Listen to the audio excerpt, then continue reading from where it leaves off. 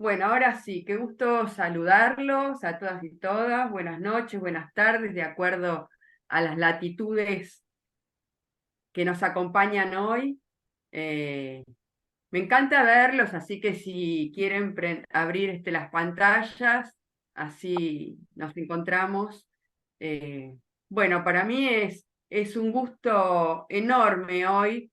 Me voy a dar el gusto de compartir este espacio que para mí es muy querido de escuela inglesa, que empezó con la pandemia y nunca paró. Y me gusta, lo disfruto mucho, este encuentro con colegas y con quienes están interesados en el psicoanálisis. Así que hoy tengo el gusto de compartir este espacio con mi querida Silvia Migdalek, compañera de ruta eh, de muchísimos, muchísimos años. eh, y es realmente algo muy fecundo encontrarse con colegas con los cuales uno tiene interlocución, tiene una cosa amable, amigable, no tiene que ver solo con la amistad, sino también con posiciones en relación a los otros y en relación al psicoanálisis, de interlocución, de compartir, de ser generosos respecto del saber, que a veces tanto nos resulta costoso acceder, ¿no? Las vueltas que le damos, yo creo que con Silvia hace 40 años que venimos dándole vueltas a Freud y continuamos, y es una tarea que nunca cesa y que nos une. Así que Silvia, te agradezco mucho tu presencia hoy acá. La voy a presentar.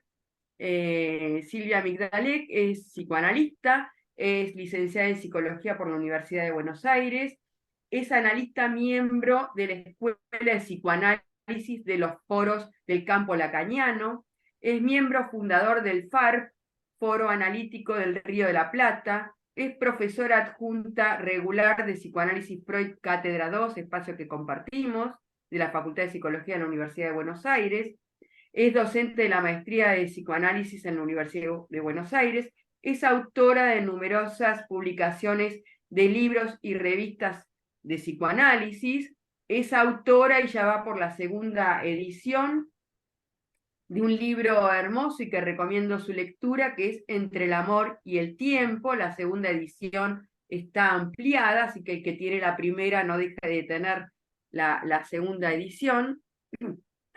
Y bueno, hoy nos juntamos con Silvia y con ustedes para charlar de un tema, yo diría, transversal a todas las épocas y civilizaciones, que es el amor y el odio en particular, que es lo que el psicoanálisis tiene para decir al respecto.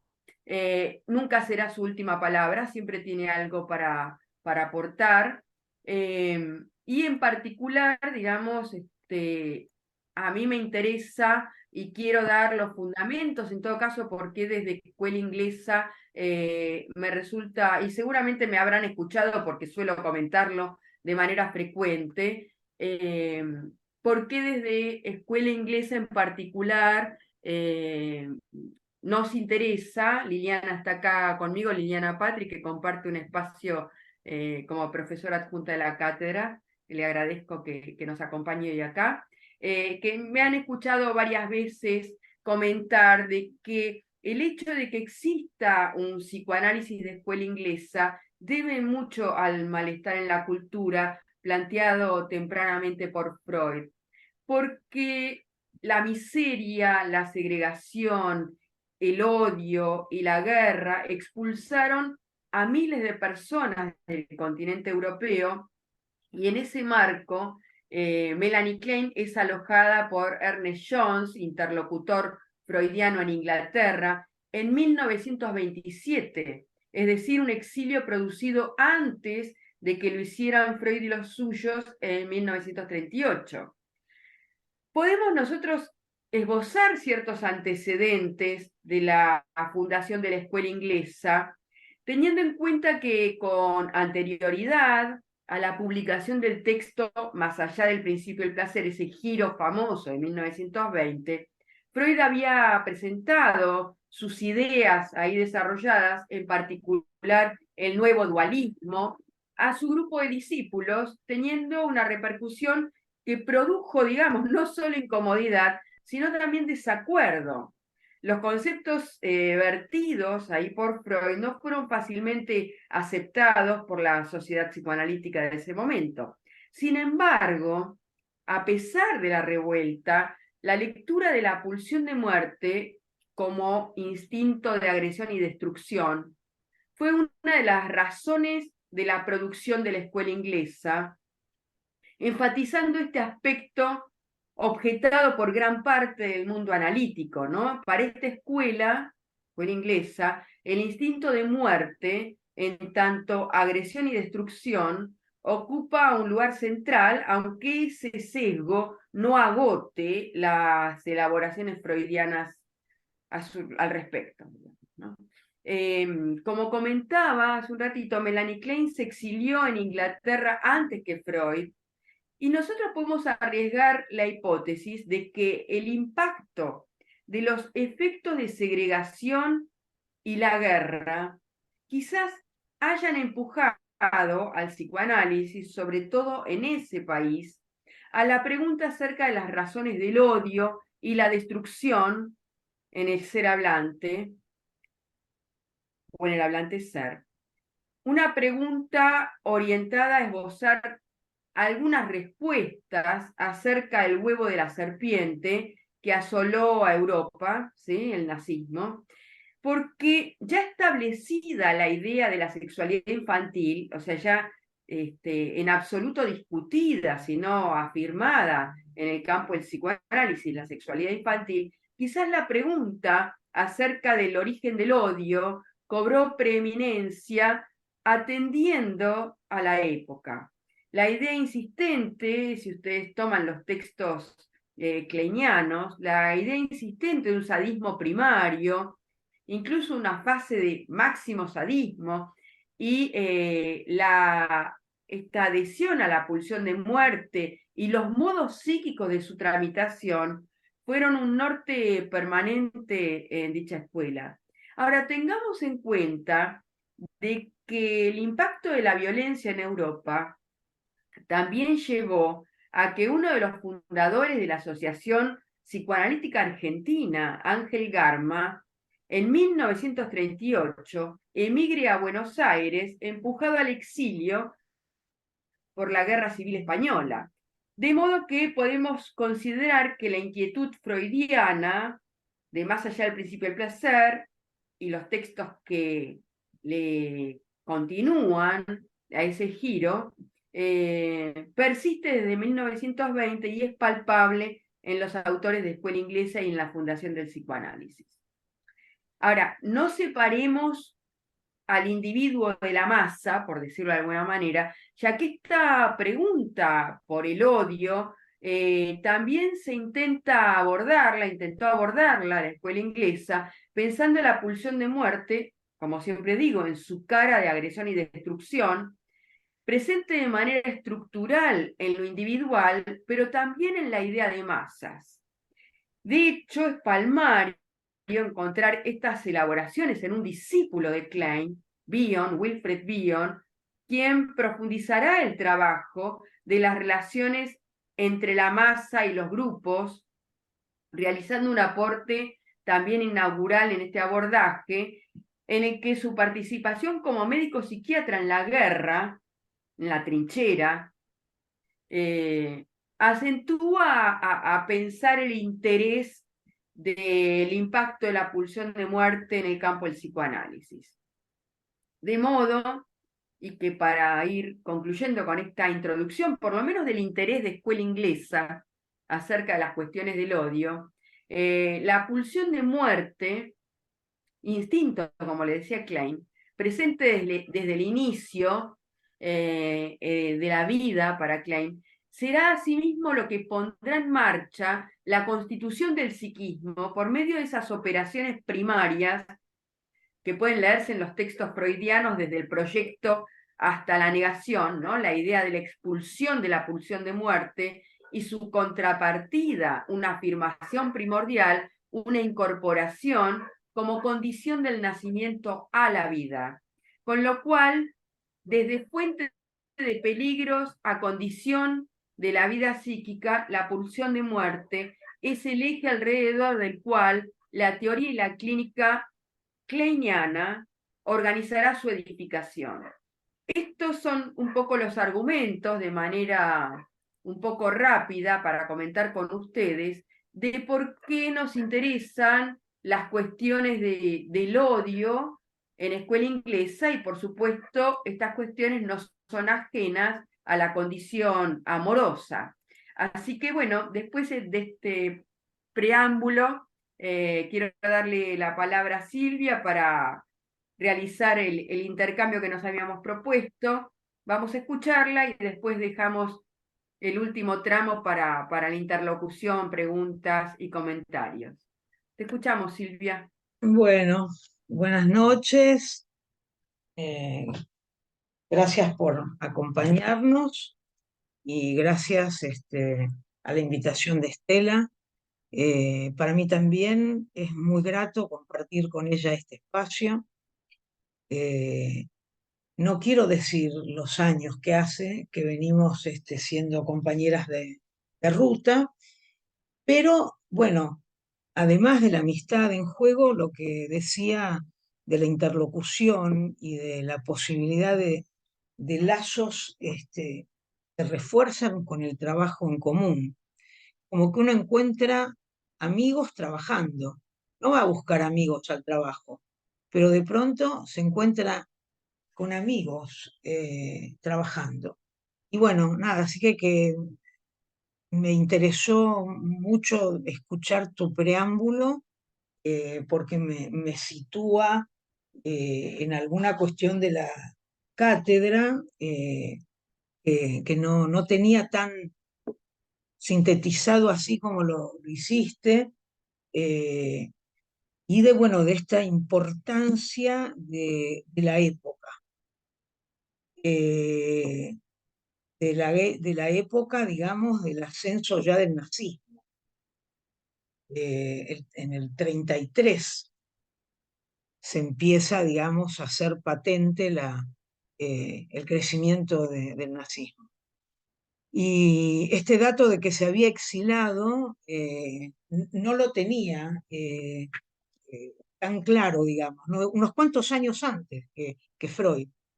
Bueno, y yo para conversar hoy un poco, contarles en qué estoy sobre este tema, el amor y el odio en psicoanálisis. Eh, bueno, mi interés en el tema de la clínica de la vida amorosa eh, es como una suerte de investigación clínica de la manera como la experiencia amorosa se nos hace presente en la experiencia analítica. Porque el amor, más allá de todo lo que podamos decir de él, en el campo del psicoanálisis, el amor se presentifica bajo la óptica de la transferencia. Es decir, que nos hace ver a la transferencia, nos permite pensar la transferencia desde la óptica del amor. Entonces yo, bueno, me vengo interesando en la cuestión particularmente clínica porque todos sabemos que si hay algo de lo que los analizantes hablan en sus análisis, es de sus cuitas amorosas, entre otras cosas. Nunca está ausente alguna vía porque el amor, por la que algo del amor se hace presente en la escena analítica, como una forma de cierto padecimiento. Como que en el amor no son todo rosas, y si no es todo rosa, quiero decir. Y si hay algún lugar en donde nos enteramos de eso, es en el consultorio de los analistas, digamos, no es en el análisis. Entonces, bueno, la investigación que yo inicio, que tiene que ver además con armar un programa de investigación para un curso de maestría que dicto hace muchos años sobre la clínica de la vida amorosa, y entonces intenté hacer un recorrido sustentable de aquello que en el psicoanálisis es necesario abrevar para entender algo del fenómeno amoroso. Es decir, hay ciertos lugares que producen un efecto sobre lo que entendemos por amor en psicoanálisis que son insoslayables. Vuelvo a repetirlo, quiero decir que me interesa digamos, reunir cuáles son los aportes que hace el psicoanálisis para la comprensión del fenómeno amoroso, que le son internos a su propio campo, porque el amor de transferencia es un amor inédito, completamente distinto a cualquier lazo habitual, porque es un amor que está en el comienzo y que promete la separación. Es decir, que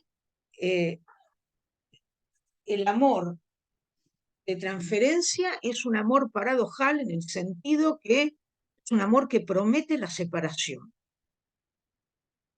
Esto tiene una enorme incidencia en lo que entendemos en psicoanálisis por amor. Voy a tratar de pasar por algunos lugares. Hoy en en alguna medida voy a tener que ser un poco dogmática por momentos, pero cuento con que algunas de las cosas que voy a decir las entendemos, las compartimos, y si no me pueden preguntar, me pueden interrumpir, no hay ningún problema.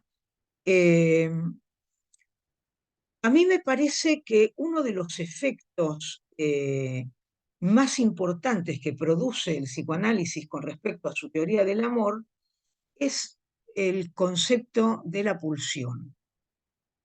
Es decir, el psicoanálisis no puede pensar al amor sin la pulsión, porque la pulsión se incorpora a la teoría psicoanalítica con particularidades que, bueno, ya sabemos son los fundamentos, ¿no? Entonces, hay una incidencia en lo que pensamos acerca del amor debido a el concepto fundamental que introduce Freud con el concepto de pulsión. Amor y pulsión son de alguna manera una, una intersección que no es homóloga, porque lo que Freud viene a decir es que ahí donde creemos ver una aspiración al todo, que es en el amor, somos reacios a concebir que el amor es solo una pulsión parcial más, porque creemos ver en él la aspiración al todo. Y esta idea del todo es muy importante también porque Freud lo retoma de una manera maravillosa, que estuve releyendo antes de tener este encuentro con ustedes. Me puse a leer El malestar en la cultura por enésima vez. Y creo, para mí sigue siendo un texto imprescindible, es una brújula. Ni hablar de los aportes que hace al problema del odio y a la pulsión de destrucción, de todo esto que señalaba bien Estela al comienzo. Y Freud habla de la cuestión de la aspiración al uno. Y bueno, él dice que él en lo personal no tiene esa aspiración. Él nunca se reconoció como aquellos que tuvieran esa aspiración a la fusión del uno con el universo, con el todo. Pero que entendía que hubiera personas que tuvieran esa aspiración al todo, que él no la reconocía como algo propio. Y él ahí en ese, yo no sé si ustedes se acuerdan de ese fragmento que Freud cita a un poema de Schiller, El buzo, el buceador, entonces en donde Freud dice algo así como que él prefiere, ya un Freud grande, un Freud del malestar en la cultura, 1930, no me acuerdo exactamente, lo tengo acá, ¿qué año es exactamente? 1933, no, 1930, 1930, en el malestar en la cultura. Entonces él ahí dice que él prefiere mantenerse en la luz sonrosada del día, como si fuera un Freud que ya no quería sumergirse demasiado más en las profundidades, ¿no? Él prefería mantenerse en la sonrosada luz del día. Y, digamos, la aspiración al uno, él la retoma eh, luego para triturarla cuando cuestiona el amor, el ama al prójimo como a ti mismo. Él pone en cuestión, digamos, ese precepto y dice, ¿por qué voy a amar a mi prójimo si mi prójimo es un enemigo o puede ser mi enemigo? Con lo cual conecta con el odio. Pero bueno, para seguir la línea, entonces, con respecto a la vida, a una cierta, eh, un pasaje por algunos lugares respecto al amor, entonces, bueno, por supuesto que la conexión amor-pulsión es fundamental, eh, y la pulsión es lo que viene a ser objeción a la totalidad de ese uno que el amor pretende encontrar. La pulsión descompleta al otro del amor. Eh, y, se, y por supuesto, digamos que tenemos la otra escisión fundamental que esto produce en la teoría, es la escisión amor-sexualidad. Porque Freud dice, el amor, el que ama es el yo. La pulsión no ama ni odia a su objeto. La única relación que la pulsión tiene con su objeto es la de la fijación. Y esa fijación es inercial. Y esas fijaciones, por supuesto, se ponen en juego en la elección de el objeto de amor, digamos, como lo solemos llamar. Entonces, la sexualidad viene de alguna manera a indicar que hay algo traumático en el interior mismo de la estructura del amor. Y yo entro en el libro, entro por ahí y en la segunda edición, les cuento, amplié y escribí 5 capítulos nuevos que son sobre el amor y el trauma, que era una conexión que me había quedado como pendiente porque yo escribí esos capítulos nuevos entre la pandemia y un poco después, tratando de pensar lo que ocurría con el lazo transferencial, cómo sosteníamos nuestra apuesta a los análisis en la época de la pandemia, cómo lo sostuvimos, y cómo de hecho se sostuvo, ¿no? Es una reflexión que, bueno, yo hago en el libro donde conecto el amor con el trauma de una manera más o menos precisa.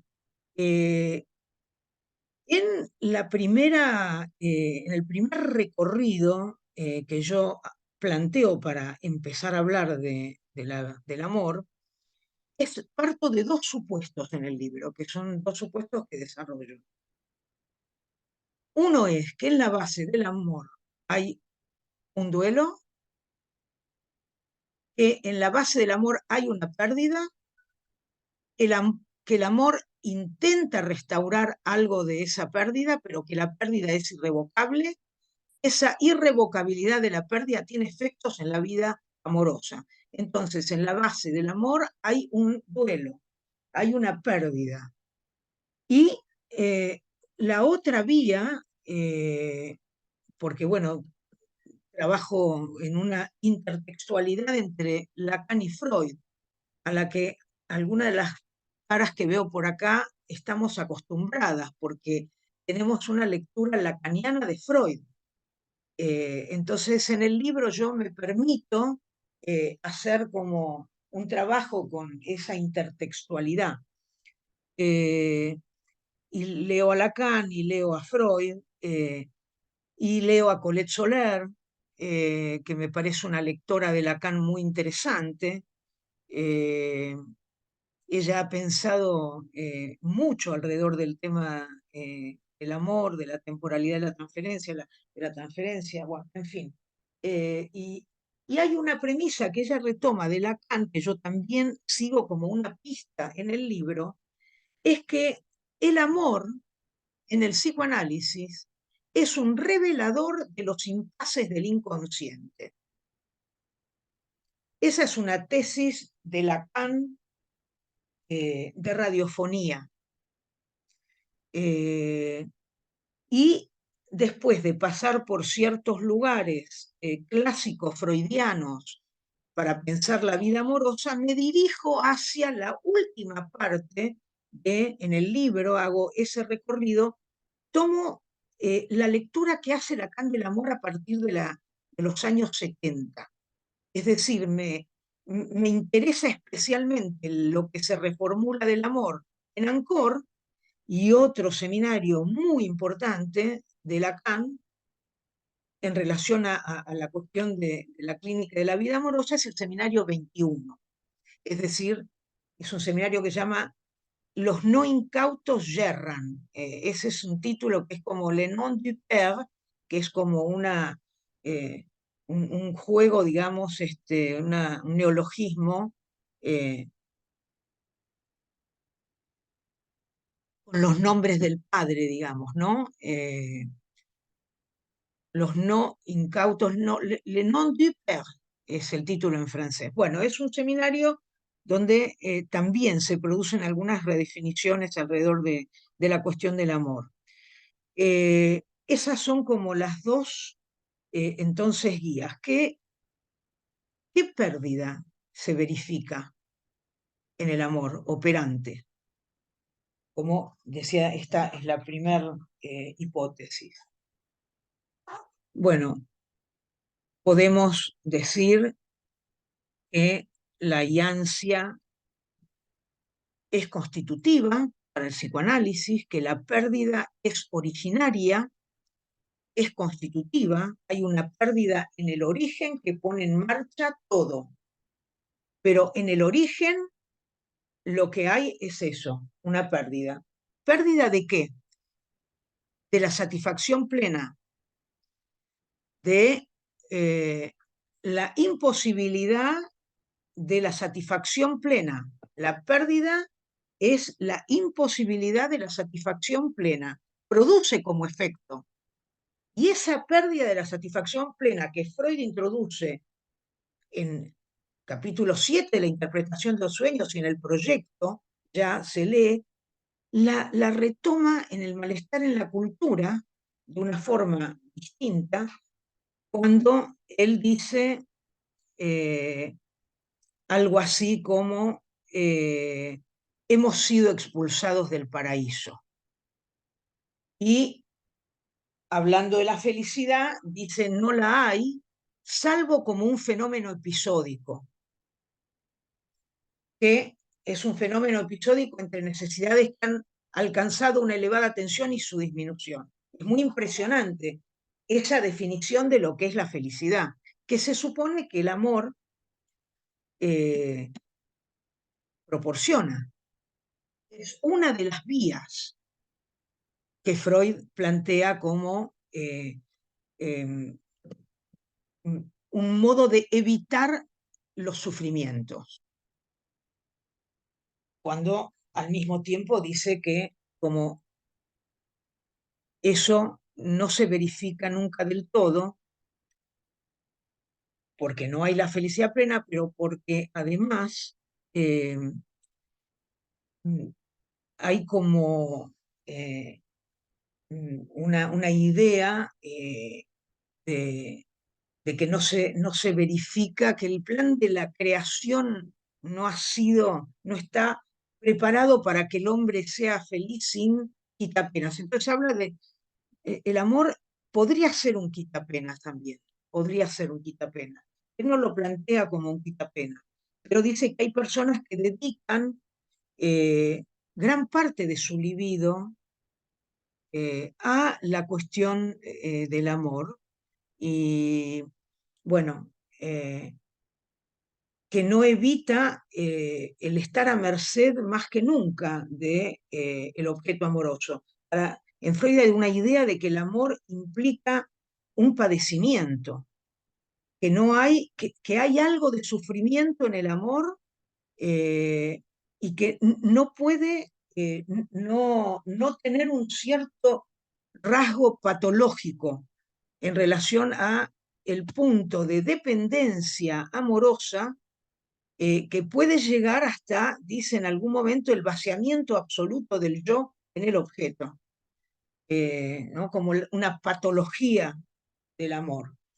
Eh, bueno, entonces en el malestar en la cultura, por supuesto que es un lugar para mí muy importante en relación a la cuestión de cómo Freud piensa los lazos. Eh, el amor es en el psicoanálisis nos interesamos por eso, como decía antes, porque evidentemente supone bueno, una relación a un semejante, a pesar de que la relación con ese semejante es una relación absolutamente como lazo inédita y que está guiada por los conceptos fundamentales del psicoanálisis. Hay un lugar que a mí me parece muy importante también en la obra de Freud, eh, que es el proyecto donde él articula ahí la cuestión del complejo del semejante. Y entonces él sitúa, lo conocen, lo deben haber trabajado, ¿no? Esa eh, trinidad de alguna manera en la que se constituye el sujeto en relación al otro, primer objeto donador de amor, primer objeto donador de satisfacción, primer objeto de la necesidad. Eh, entonces, bueno, él habla de la constitución del juicio, digamos, como de cómo se constituye una primera orientación en relación a la diferencia entre el yo y el otro, entre lo que todavía no se constituyó y se tiene que constituir. Entonces él dice que esa experiencia del complejo del semejante conocen ya el famoso Das Ding, del que Lacan se ocupó mucho, que es un núcleo opaco que no permite identificación. Un resto hostil, lo opaco o cierta opacidad del otro que no permite predicación alguna. Es decir, que ahí aparece algo en la relación con el semejante que en el corazón tiene algo no predicable.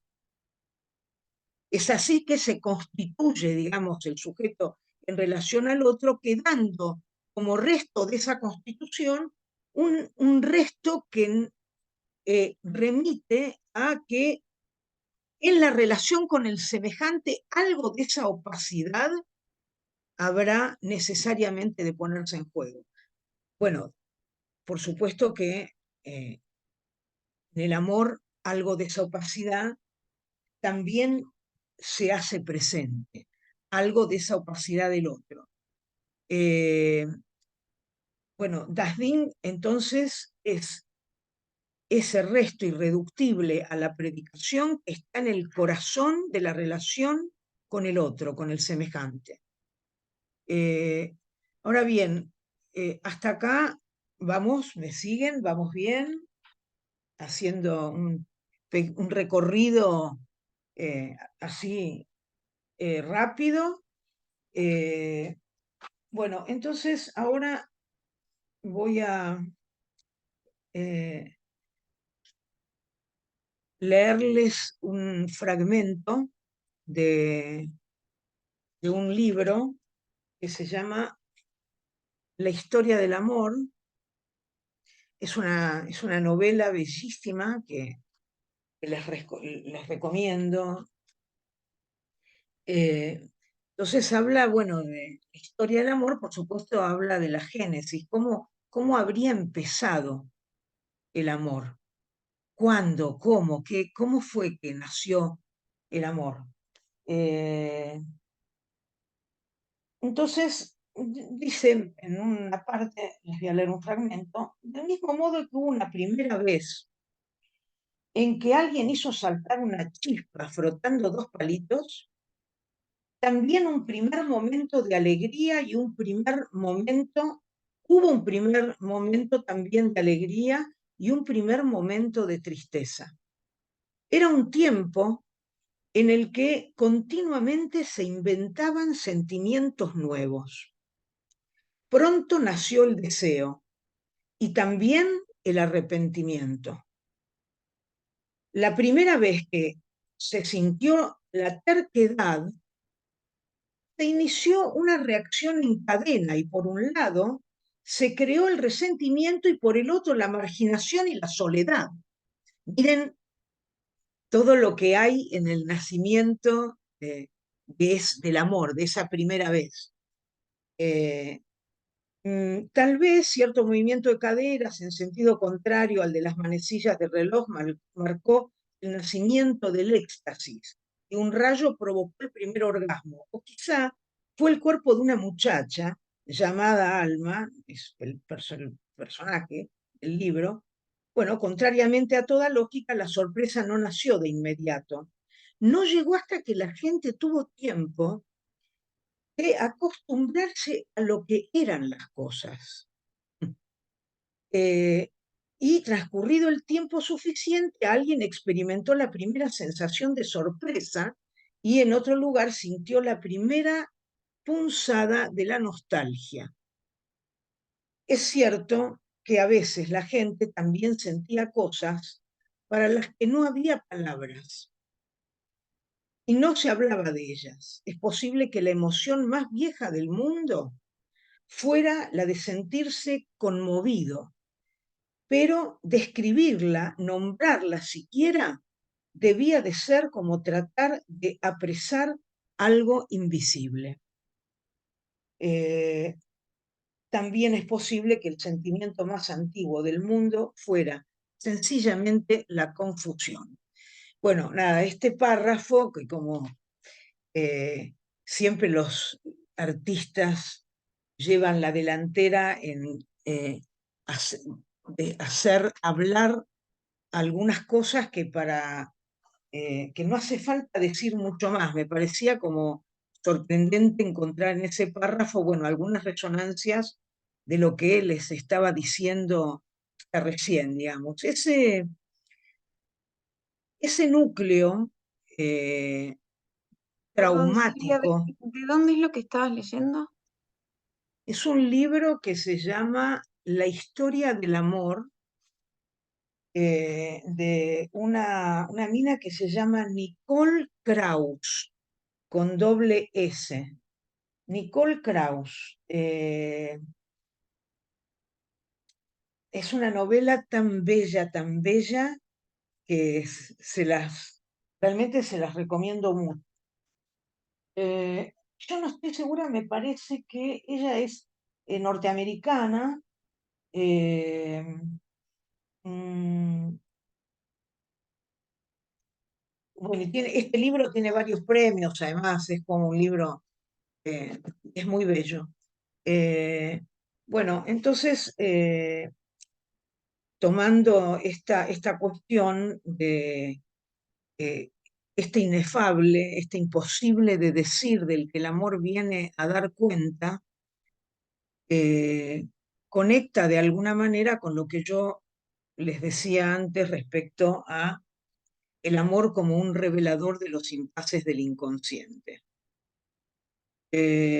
porque eso que no puede decirse, que más lacanianamente sería un imposible, un real en lo simbólico. Es lo que la palabra no podría terminar de decir y que Lacan denomina con un neologismo muy interesante que es traumatismo.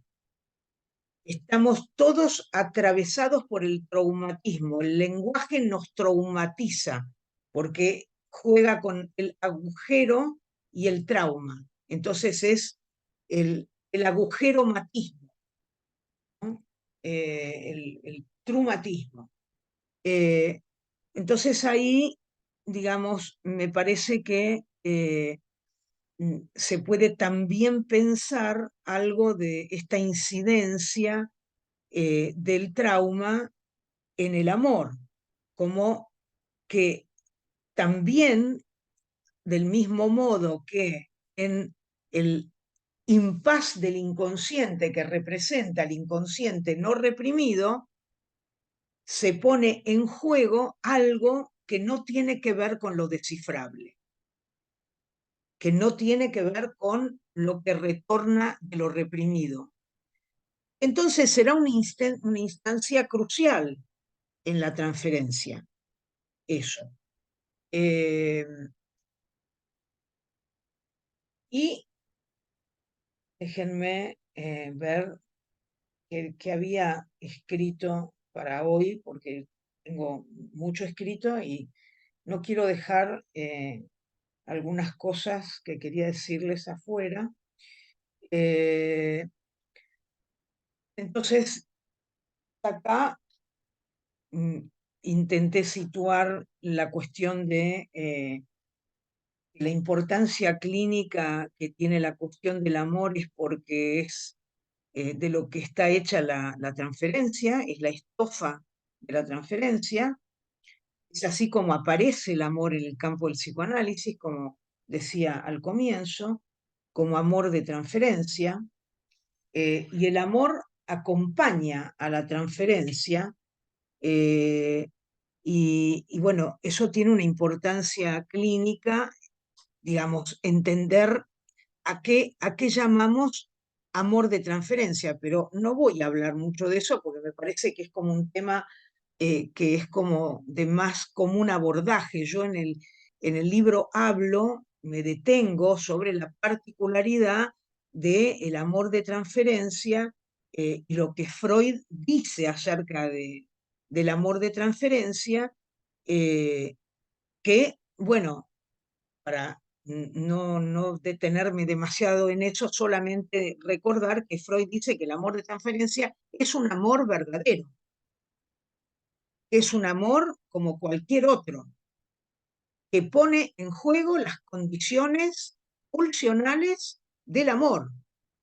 Y esas condiciones pulsionales del amor que se ponen en juego en la transferencia hace que Freud diga, bueno, es por eso que la transferencia, digamos, no es el análisis y la transferencia, no son inofensivos, porque hacen activos fragmentos de actividad de la pulsión en la escena analítica. No es inofensiva en ese sentido, no es inofensiva la repetición que también es evitable o tampoco podemos evitar en la transferencia. Entonces, bueno, hay una conexión muy importante con la cuestión de lo que pone en causa, lo llama Lacan, el amor de transferencia. ¿Por qué? Porque para Lacan, hago un salto, digamos, ¿no? No sin Freud, para Lacan, no sin Freud digo porque ya Lacan, ya Freud había dicho que el analista es objeto en la transferencia. En un momento determinado hay un pasaje de Freud, claramente, de la transferencia como una formación de compromiso o como transferencia en el sentido del resultado meramente de que existe el lenguaje, a ser un objeto de la libido. El analista se presta como objeto de la libido, objeto provisional de la libido, y entonces la transferencia deviene una modalidad de satisfacción. La transferencia es una modalidad de satisfacción, como toda satisfacción, sustitutiva, pero satisfacción al fin. Ahora bien, habiendo dicho esto, recordado esto, Lacan, en el último capítulo de un capítulo importante también en la obra de Lacan para entender algunas cuestiones ligadas al amor, el seminario 11, casi en su totalidad, puede servirnos para pensar un montón de cuestiones relacionadas al amor, pero el último capítulo se llama En ti más que a ti, amo en ti, más que a ti, por eso te mutilo. Ese es el último capítulo, que es un capítulo muy intenso, donde Lacan termina hablando de, bueno, de cierto momento de atravesamiento de algo en el interior del análisis o de un análisis, pero sobre todo también es un lugar al que yo he vuelto en estos días, porque es un capítulo en donde hablaba Estela antes de la psicología de las masas, lo que Freud de alguna manera, como dice Lacan, vaticinó sobre la llegada del nazismo con su texto de psicología de las masas y análisis del yo. Y en el último capítulo, Lacan se pregunta acerca de el horror del Holocausto. Y en lo personal, yo estoy muy atravesada por esta situación que está ocurriendo en este momento en el mundo. Otra vez hay algo del huevo de la serpiente, o no sé, pero bueno, estoy preocupada por algunos fenómenos de la época. Desde hace un tiempo me intereso por cuestiones ligadas a la cuestión de la época. Y entonces Lacan lo que dice es que es muy difícil no sucumbir a la voluntad de sacrificio de los dioses oscuros. Son pocos los que se pueden resistir, dice Lacan, a eso. Pero llama a los analistas a dirigir una mirada valerosa, no desviar la mirada, aunque sigue siendo cierto que no todo puede decirse. El lugar en donde algo de eso se experimenta de manera nítida es en la experiencia de un análisis y de ser confrontado por el trabajo del análisis inevitablemente a algo del orden del horror.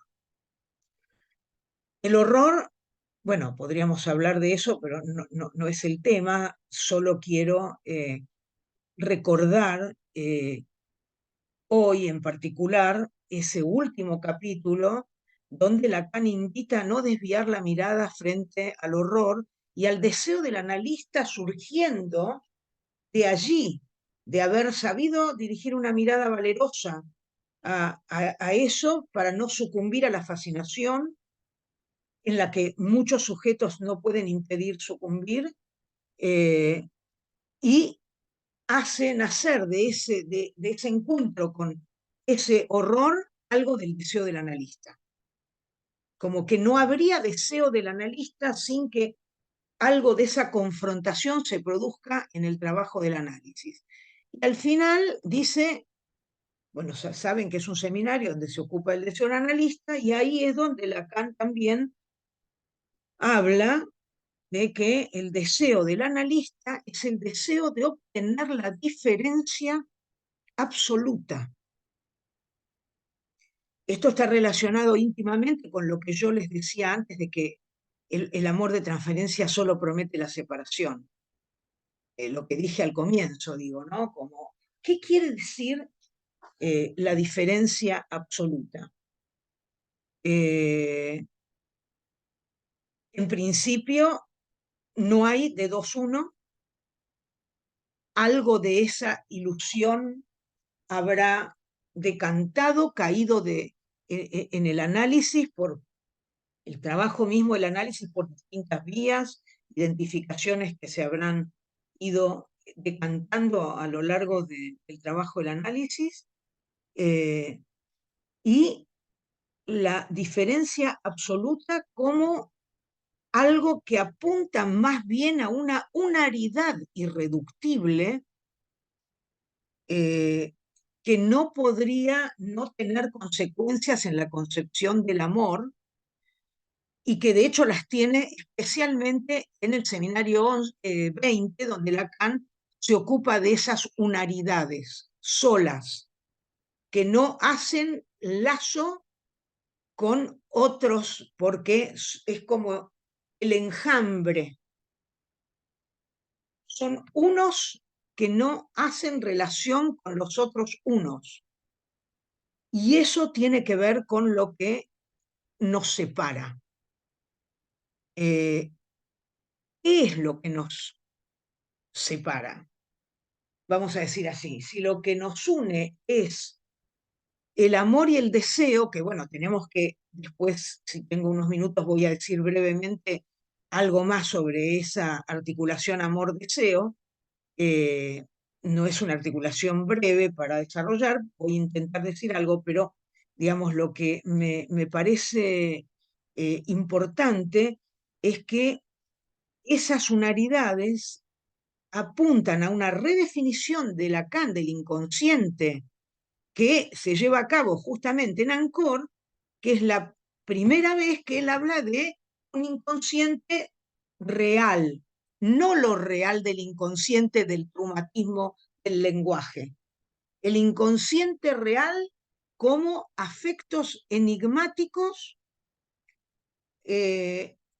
un real que no tiene ninguna deuda con lo simbólico, un inconsciente que no tiene ninguna deuda, no es el inconsciente como lenguaje, no es el inconsciente como el otro, se trata de este inconsciente real que no tiene ninguna deuda con lo simbólico, y que Lacan en el seminario 20 lo introduce por primera vez para hablar de los afectos enigmáticos. De los afectos enigmáticos, que son aquellos afectos que se ponen en juego en el amor. Porque él, en el seminario, entre otras cosas, digamos, que dice en el seminario Ancor, bueno, habla del amor como un signo. No voy a tener tiempo de desarrollar esto, pero bueno, lo llama afectos de lo real.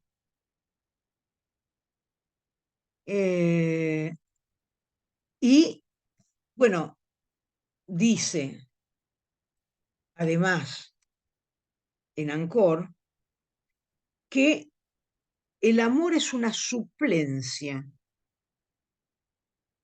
de la relación sexual que no existe. Esa premisa de la relación sexual que no existe es otro de los nombres del trauma. El trauma del que hablábamos al comienzo, digamos, ¿no?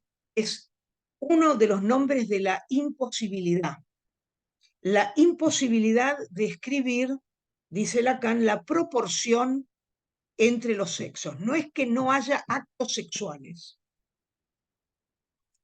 No es que no haya actos sexuales. No hay proporción entre los sexos. Hay actos sexuales, pero no hay proporción entre los sexos, y además, lo que dice Lacan en el seminario Ancor donde se va a ocupar de reacuñar muchos términos, entre otros el otro, el goce, el sujeto y el ser, digamos, porque son un montón de cosas que se reformulan. Yo me ocupo bastante en mi libro de esa dimensión, digamos, de la manera como en Lacan se produce esa transformación del amor, que se lee muy claramente en Ancor, distinto a el Lacan del Seminario de la Transferencia. Erastés, Eromenós, bueno, esa cierta dimensión de engaño recíproco que es el amor. Bueno, hay una serie de cuestiones, es como si en Lacan hubiera una reivindicación del amor a partir de Ancor. Y termina hablando del amor como la cohabitación de dos inconscientes, la cohabitación de dos soledades irreductibles que se acompañan. Y habla también del reconocimiento del amor por la vía de ciertos signos, afectos enigmáticos, y aclara desde el principio al fin del seminario, taladra con dos cosas. Una, con que la relación sexual no existe y que el amor es una suplencia para la relación sexual que no existe, buena suplencia cuando eso funciona, por supuesto, y además que el amor no es el goce, que el goce no es signo del amor, porque esa diferenciación de que el amor, el goce no es signo del amor, porque nunca termina. Bueno, hay una frase muy difícil que él dice, bueno, que la voy la voy a leer, la tengo acá para que la recordemos juntos. La frase de Lacan es: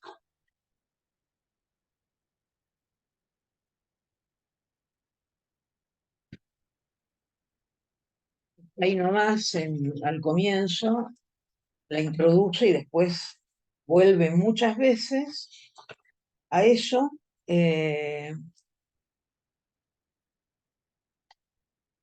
Dice,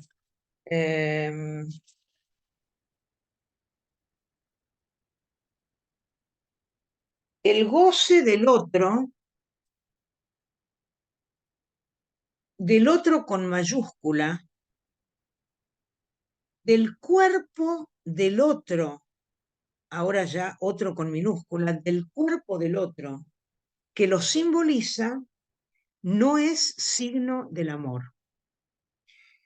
El goce, el del cuerpo del otro, sigue siendo pregunta, porque la respuesta que pudiera constituir no es necesaria y todavía hay más. No es tampoco respuesta suficiente, porque el amor pide amor. Lo pide sin cesar, lo pide aún. Anco es el nombre del seminario. Aún es el nombre propio de la falla de donde en el otro parte la demanda de amor. Bueno, pues él vuelve a insistir varias veces con esta frase. Entonces se mete ahí a hablar del amuro y, bueno, no tengo tiempo de desarrollar eso. Y no sé qué hora es, tenemos, son las 8:35. En relación a lo que les decía antes del amor y la sexualidad, me parece que, bueno, algo había dicho al comienzo cuando planteé la cuestión, digamos, de la escisión, en el sentido de la parcialidad de la satisfacción de la pulsión versus la aspiración a la totalidad que el amor representa. Y entonces esto tiene efectos en la clínica de la vida amorosa, de maneras particulares, en la relación, digamos, tal como el varón heterosexual habla de eso, de qué manera se pone en juego esa imposibilidad de la conjunción entre amor y sexualidad, porque hay algo del goce que no, que hay algo del goce que el amor no alcanza no termina de alcanzar. Eh, entonces, bueno, ahí me parece que podemos como, eh, no sé cómo estamos del tiempo, pero podríamos detenernos acá y empezar a charlar un poco hasta lo que hemos planteado aquí. Digamos, en radiofonía y televisión, Lacan nos deja esa pregunta a los analistas. ¿Qué tiene el psicoanálisis de nuevo para decir en relación al amor? ¿Hay algo nuevo que viene a decir el psicoanálisis con respecto al amor? Esa es la pregunta eh, que hace en radiofonía y bueno, la respuesta que da es no hay relación sexual. Es decir, y eso, digamos, desde el punto de vista de la clínica, eh, no es un tema menor, porque bueno, tener eso como premisa para escuchar las cuitas de la vida amorosa ayuda. Y en el seminario 21 él dice, bueno, la pareja, los quilombos de la pareja, que se arreglen. Como que la posición del analista es, y bueno, eso no tiene solución. Bueno, eh, podemos conversar un rato. Dije muchas Bueno, cosas. sí, sí, sí. Enorme recorrido, creo que es para detenerse en cada estación, Claro, digamos, muchos, ¿no? Como estaciones donde poder parar y detenerse un ratito a conversar. Eh, claro. Tomaría, digamos, varias cuestiones, pero alguna que me interesa en particular señalar es esa diferencia entre el amor-odio y el narcisismo, digamos, ¿no? En donde aparece el odio-amoramiento, como lo llamaba Lacan, y este otro punto que vos marcaste muy bien, que es como en el seno mismo del semejante, es decir, del objeto de amor, incluso del objeto primario de amor, aparece esa dimensión opaca que no se presta a la identificación, que tanto Freud como Lacan lo ubican en el seno mismo de lo propio, ¿no? Aquello segregado en el campo mismo de lo propio, y que nosotros podríamos también ubicar que justamente aquello que no se presta a la identificación, que no puede hacer del otro un uno para uno, está en la base del racismo, para tomar lo que charlábamos al principio, digamos. Esa segregación de ese punto que no se presta a la identificación, eso que yo no puedo reconducir al cuerpo propio y que aparece, ¿no? Como no como el narcisismo de las pequeñas diferencias, sino justamente que hace del prójimo enemigo, digamos, ¿no? Porque no se presta a que yo me reconozca en él, en su modalidad de gozar, por decirlo de alguna manera. Exacto, Eso sí, me es parece lo que, claro, como Lacan algo dice para eso. usar. Lacan dice se puede rechazar el goce. Eso es como, sí, muy interesante desde el punto de vista clínico, porque hay veces en las parejas que pasan ciertas, se condensan ciertas situaciones conflictivas, ahí donde se produce un rechazo de algunos goces irrenunciables del partener, a pesar de que se supone que el amor permitiría hacer condescender. Tengo una paciente que se queja todo el tiempo de que ya no sabe cómo hacer para decirle a su marido que cierre la puerta del baño cuando va a hacer sus necesidades, que no eructe en la mesa, que no haga otro tipo de asquerosidades, etcétera, etcétera, que no esté todo el tiempo pellizcándola o abordándola mediante un tirón de pelo y que no lo soporta, y que eso hace que ella lo odie pero sabe que tiene otras cosas, menos mal, le digo yo, haciéndole un chiste, porque, pero bueno, esta cuestión del goce es lo que no se soporta.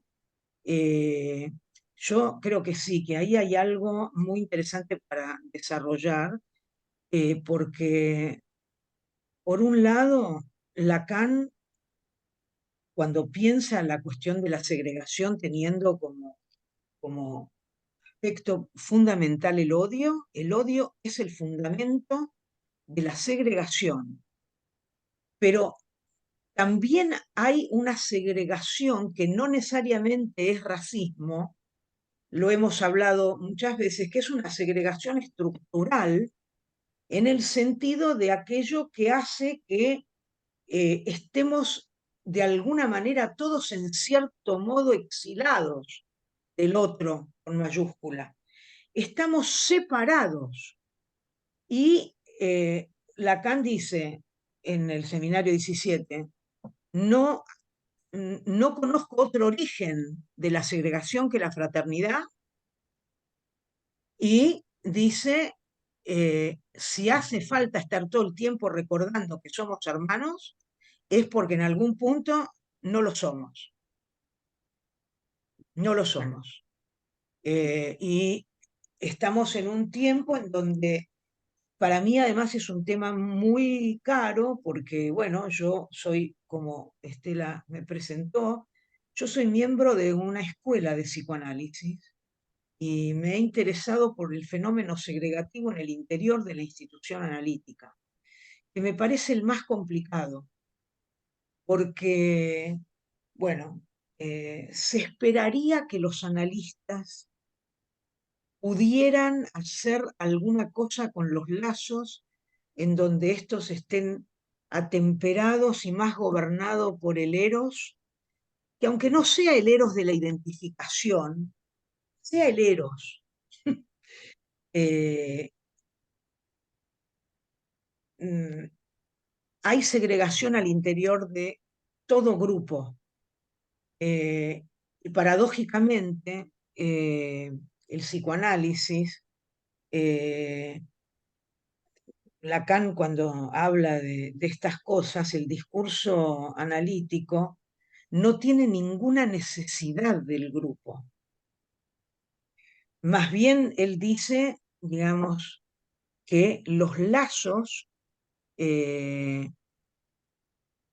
cuando retornan efectos de goce en el grupo, por la vía de la obscenidad imaginaria, dice, bueno, es porque algo de la cosa ha sido velada por la causa, por la identificación, digamos. Entonces, se convierte muy rápidamente en una ideología en la que hay adeptos y otros que no son adeptos, o son dogmáticos o no son dogmáticos, bueno, en fin, toda la cuestión de cómo pensar los lazos en la institución analítica, digamos, digo la institución analítica, pues se supone que son personas que están todas atravesadas por algo que tiene que ver con la experiencia del análisis, por lo menos. No sé si habiendo llegado hasta el final o no, pero con la experiencia del análisis sin duda, bueno, y a veces parece más difícil eh, manejar ciertas cuestiones entre los analistas. Freud lo decía en Análisis Terminable, cómo naufraga a veces por las cuestiones, bueno, en Análisis Terminable él dice, muchas veces los analistas parecen exceptuarse de aquello que consideran fundamental siempre en el otro y quedan ellos exentos de tener que estar a la altura de esa tarea. Pero bueno, sí es un tema, el tema de lo que anida en el lazo y el tratamiento que hace el discurso analítico de eso, que tiene la chance de hacer. Bueno, ¿te parece, Silvia, que hablamos a preguntas, comentarios que Sí, quieran hacer? Tenemos un ratito para abrir el claro. espacio, así que quien tenga ganas de hacer alguna pregunta, comentario, detenerse a alguna de las estaciones.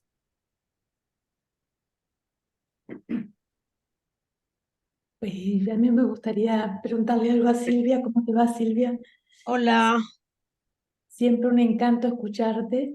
gracias. Y sos uno de los pocos que uno podría decir justamente que no tiene ese efecto de segregación en las participaciones que vos aportás en general al psicoanálisis, ¿no? Que es como te presenta Estela, que además de amiga, ¿no?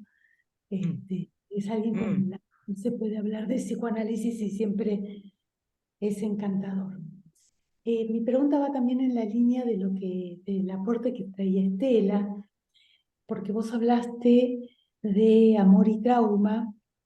Estela trae la cuestión del trauma y el odio en el mismo punto, me parece, que es en relación a Dasbin, ¿no? Digamos, una y otra remarcaron respecto de Dasbin la relación de amor y odio.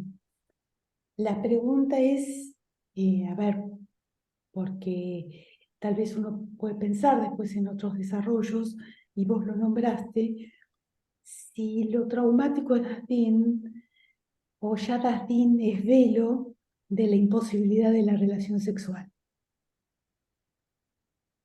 Mira, sí, es muy interesante lo que te planteas, porque yo también me he planteado en distintos momentos que si yo tuviera que hacer una genealogía de Dasbin, probablemente en algún punto nos encontraríamos con el objeto A, que es justamente eso que es el testimonio de la imposibilidad del encuentro. Ese resto que es efectivamente el testimonio, porque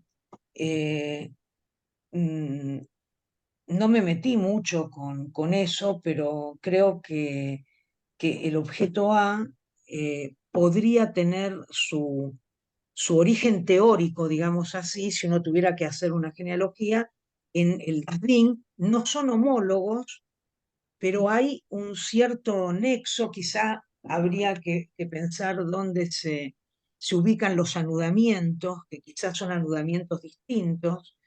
Y con respecto a la cuestión del odio, digamos, hay una línea que por supuesto está en el Pulsiones y destinos de pulsión, cuando Freud habla de los destinos de la pulsión, entonces la transformación en lo contrario, y que Lacan dice todo amor termina en odio, pero no es el odio. Me parece que hay un odio que es imaginario, real, pero hay un odio que Colette Soler lo llama un odio sólido, a diferencia del amor, que es un poco más líquido, podríamos decir, al decir de Bauman. El odio es sólido. Y a mí me parece que hay como, ella dice que el odio es más ético que el amor, en su radicalidad. No es que defiende al odio, hay una conferencia que ella dio, está también en los afectos lacanianos, pero hay una conferencia que Colette Soler dio en la facultad que habló del amor y del odio. Entonces, ella apunta a cierta entidad que tiene el odio, que le falta el amor, pero no en el sentido de hacer un elogio del odio, sino que es sólido en el sentido de apuntar absolutamente a la separación. Y a mí me parece que hay un odio que es ético, yo lo llamo odio ético, que es como un odio que es más allá de, habiendo atravesado cierta dimensión imaginaria del amor-odio, digamos. Y es un amor, es un odio que Lo que permite dice la Lacan en el separación, siglo XX también, Andencourt, cuando dice, odio-amoramiento. claro, no, pero cuando dice, léanme con odio, ¿no? Léanme con odio. Claro, cuando hay unos unos lingüistas que critican función y campo de la palabra, el texto, hacen una crítica, y él dice, me leyeron con odio. Entonces supieron leer, ¿no? Supieron leer. Claro, Sí, bueno, que implica el campo de la separación, ¿no? Respecto. sí, Mm. sí. A mí me resulta interesante, voy a tomar algo de lo que dijo Liliana, que me parece que a mí me funciona para pensar alguna cuestión. Esta diferencia entre el trauma y lo traumático, digamos, ¿no? En donde el trauma está más del lado del agujero y donde Das Ding, lo traumático, vendría a ser ya una respuesta, digamos, ¿no? En ese sentido del efecto, que no es lo mismo, ¿no es cierto? No, Ubicar la dimensión del agujero, del desencuentro, del no hay relación sexual y lo que viene a suplir por la vía del amor o del odio. sí, claro, porque el sujeto es efecto del trauma. Entonces, digamos, no hay sujeto del trauma, es efecto, y el inconsciente es con trauma desde el comienzo, ¿no? Ahora, la dimensión de la inexistencia de la relación sexual me parece que apunta a otro agujero distinto al de, es una idea, al de el traumatismo. Uno es la falta en ser y otro es la falta en gozar. Si uno tuviera que diferenciar a qué agujeros, digamos, apunta, no son las mismas faltas. Claro. Me parece que la falta ¿Cómo en se dice ser traumatismo? tiene más No, que no. ver con la falta en ser. Y de la época en donde Lacan ubicaba a las tres pasiones del ser como el amor, el odio y la ignorancia. Al principio de Sí, sí, sus no hay uno. escritos. Y me parece que la falta en gozar está más plenamente justificada con el agujero de la imposibilidad de la escritura de la proporción entre los sexos y de lo que acontece con los cuerpos, porque él en Angkor, bueno, como dije antes, ¿no? El tipo reacuña un montón de nociones de formas muy nuevas. El otro, el ser, que el sujeto ya no es tanto el sujeto del lenguaje como el parletre del que hablaba Estela hoy al comienzo. Es el ser hablante y el que goza es el cuerpo. Y bueno, hay toda una serie de redefiniciones que son muy, muy importantes para pensar esta diferencia, digamos, ¿no? Y la falta en saber, pues si tuviéramos que ubicar las tres faltas, ser, falta en ser, falta de goce y falta en el saber, me parece que está indicada ahí en simbólico real. Si tuviéramos que ubicarla, no sé, en los nudos, ¿no? Eh, bueno, qué sé yo, es una digresión a lo que me lleva tu pregunta, digamos. Bueno, volvamos a abrir espacio para alguna pregunta más. Ujú. Si no nos actualizamos. ¿Alguna pregunta, comentario, sugerencia? Adriana, ¿hay alguna Adriana ahí que abrió el micrófono? Me pareció. En el chat hay alguien. A ver.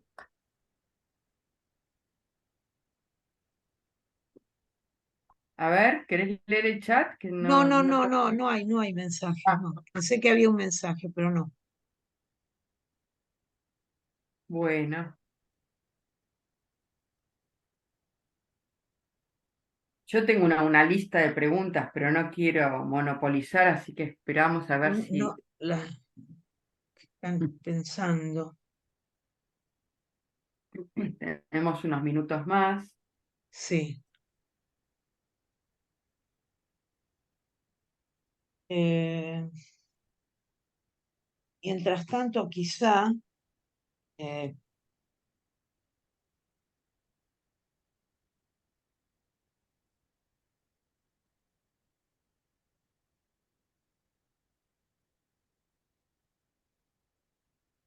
Para la próxima, Silvia, ya sí, estoy pensando un tema que es la cuestión del amor, su relación a la demanda y al deseo. sí, es que sí, sí, es una línea de trabajo que conecta con la cuestión de justamente, digamos, del amor, que siempre es una demanda de amor, o que la demanda es siempre demanda de amor. Demanda de amor. La demanda es siempre demanda de amor. El deseo, bueno, si lo contesto dogmáticamente, no, sí, pero esto es un tema Dale. para desarrollar, ¿no? Como Sí, pero ese así vamos oscuro objeto abriendo del para la deseo. próxima. Sí. Claro, claro. Deseo, demanda, goce, ¿no? Como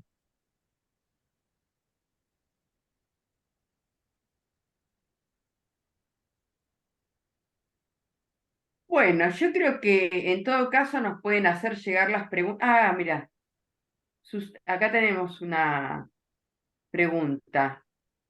¿Las guerras se dan por pulsión de muerte, por voracidad? Ah, se me fue el chat. voracidad o por un aprendizaje social. Pero lo de más arriba no lo llego a leer.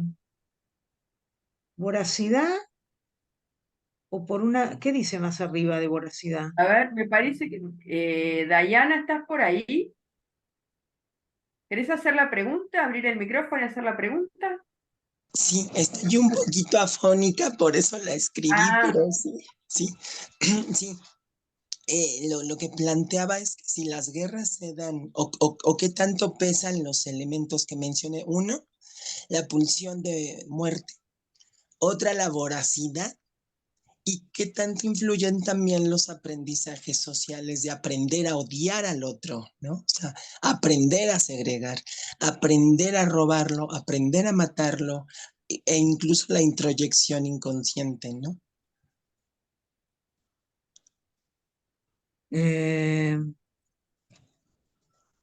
es una pregunta que tiene, es muy interesante y tiene como, admite varias líneas para pensar.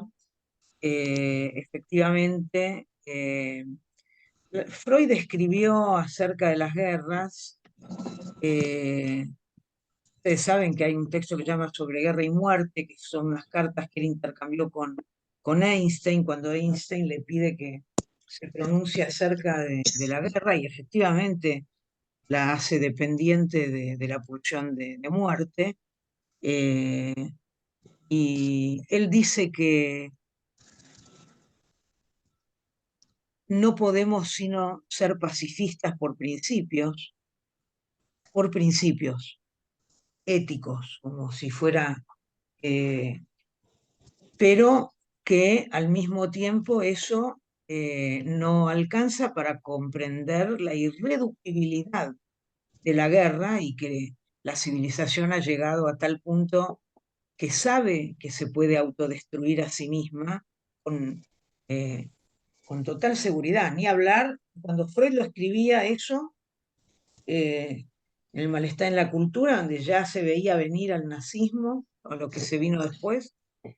Y con respecto a la voracidad, que no sé bien cómo, voracidad de, cómo pensaste ahí la voracidad, pero me hizo acordar a algo que La dice, pensé, la pensé con la definición de Melanie Klein, que decía que es el deseo vehemente de apoderarse del pecho bueno, digamos, ¿no? Hasta secarlo y apoderarse de toda la leche, ¿no? Aunque lo tengas que destruir para ello. claro, es desde ahí, no lo tenía tan, tan claro esto que acabas de describir de la voracidad como la piensa Melanie Klein.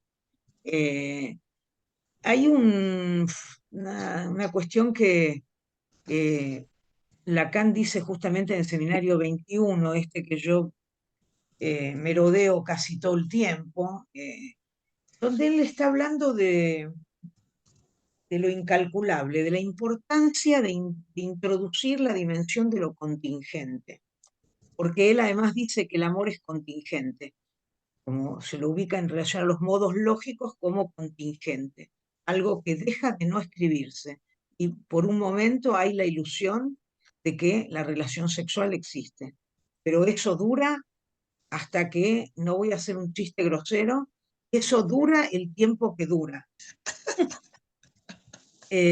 Digamos, pero que pasa de lo contingente a lo necesario, es decir, al síntoma. Es decir, que hay un movimiento del amor que va, y que esa es una fatalidad, porque cuando el amor se convierte en un síntoma, el partener es un síntoma. Y eso, bueno, hay toda una línea de desarrollo respecto a el partener que es para la mujer un hombre que, bueno, no importa, pero voy a lo de la guerra. Él habla de lo incalculable. Entonces dice que un analista tiene que tener en cuenta esa dimensión de lo que no se puede calcular, lo contingente. Y entonces dice, ¿por qué no podemos calcular por anticipado la victoria de un ejército sobre otro? ¿Por qué eso no es posible ser calculado? Tengamos, no sé, los vietnamitas y los yanquis. Era incalculable que los vietnamitas ganaran esa guerra y que los yanquis se tuvieran que ir de Vietnam. Había algo ahí incalculable, y él dice, hay algo que no se puede calcular, y lo que no se puede calcular es hasta dónde goza el combatiente haciéndose matar. Esa es la frase de Lacan del seminario 21, que a mí me parece como de una utilidad inmensa, porque nos permite pensar algo de lo social. Es que el psicoanálisis es bifronte. Hay una cara del psicoanálisis que mira a lo social y que sirve para explicar lo social, por ejemplo, las guerras, el fenómeno del odio, de la segregación, del racismo, etc. Y sí, la voracidad de destruir al otro, entiendo que se puede pensar que está en juego en la guerra, ¿no? Pero es el pecho bueno, decías vos. Sí, sí, porque en la envidia decía Melanie que simplemente era como el miedo a perder el objeto, ¿no? O sea, que uno lo pierda. Y en cambio en la voracidad va más allá, con un deseo de poseerlo todo, de tener la leche, aunque se destruya la tontería, ¿no? La estupidez, la paradoja, ¿no? Por eso me hiciste acordar de que aunque uno pueda destruir eso que nos da placer, uno lo quiere destruir, pero para poseerlo y lo traspolaba así como a los Sí, territorios, sí, las armas, el sí, petróleo, etcétera, etcétera, ¿no? sí, sí, es el poder destructivo del uno. Sí, ahí es clarísimo en lo que decís. De las Eh, diferencias, solo para aclarar, envidia y sí, voracidad. La voracidad es introyectiva, la envidia es proyectiva, es el ataque al objeto, mientras que la voracidad implica querer poseerlo. al otro. Entonces, si bien están en relación, ¿sí? Es interesante tener en cuenta esto, con la particularidad, como decía Diana, de que ambos se dirigen a lo bueno del otro. Porque para Melanie Klein inicialmente la dimensión del ataque tiene que ver con lo malo del otro. Pero cuando se quiere atacar lo bueno del otro, ahí tenemos un problema sin salida, que es el problema de la envidia. De la envidia. Claro, la envidia implica el ataque, aunque, digamos, vos no te lleves eso bueno del otro para vos. La voracidad, sí. Por eso la voracidad es introyectiva, términos kleinianos, la envidia Sí, es proyectiva. ¿Sí? claro. Digo, Sí, para tenerlo en cuenta, porque después se pregunta de parcial, Dayana, para vos no, pero para los alumnos que están acá presentes es pregunta de parcial, así que me conviene dejarlo establecido. Muy bien, bueno, Silvia, ¿qué decirte? Chocha de la conversación, yo creo que estoy la hemos muchas pasado muy gracias. bien. Muchas gracias por la invitación, me sentí muy cómoda, así que qué bueno, un gusto, un gustazo. Igualmente, les agradecemos a todos los que nos han acompañado y va a quedar la grabación en YouTube para aquellos que la quieran volver a escuchar o para los que no tuvieron la oportunidad. Así que bueno, Buenísimo. que estén todas muy bien. Chau, chau. Gracias a todos por Chao. participar. Chau.